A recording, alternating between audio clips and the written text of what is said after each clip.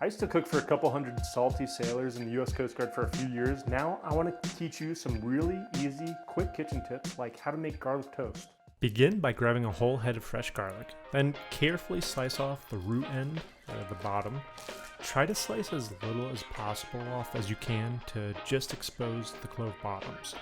Then you can discard the end and use it for a stock or something. Don't just throw it out. Then grab some aluminum foil and olive oil, using just enough oil to really coat the bottom after we smear it around a bit. Wrap it up nice and tight and throw it in the oven at 350 degrees Fahrenheit for about 25 minutes or until the whole kitchen smells of garlic. You'll be able to tell, and try not to burn it. And it's never a bad thing to have roasted garlic on hand, I know, as an Italian American, but honestly, keep it in the fridge. You can use it for so many different dishes. Then once it's done roasting, simply squeeze it. You've probably seen this a million times on social media. Spread it on a nice piece of toast or roll or whatever you're feeling, and add a little bit of salt to it, and you're good to go. Pro tip, grab a nice tomato and throw it on top as well. If you enjoyed this quick kitchen tip, give the video a like and let me know in the comments what else you'd like to see.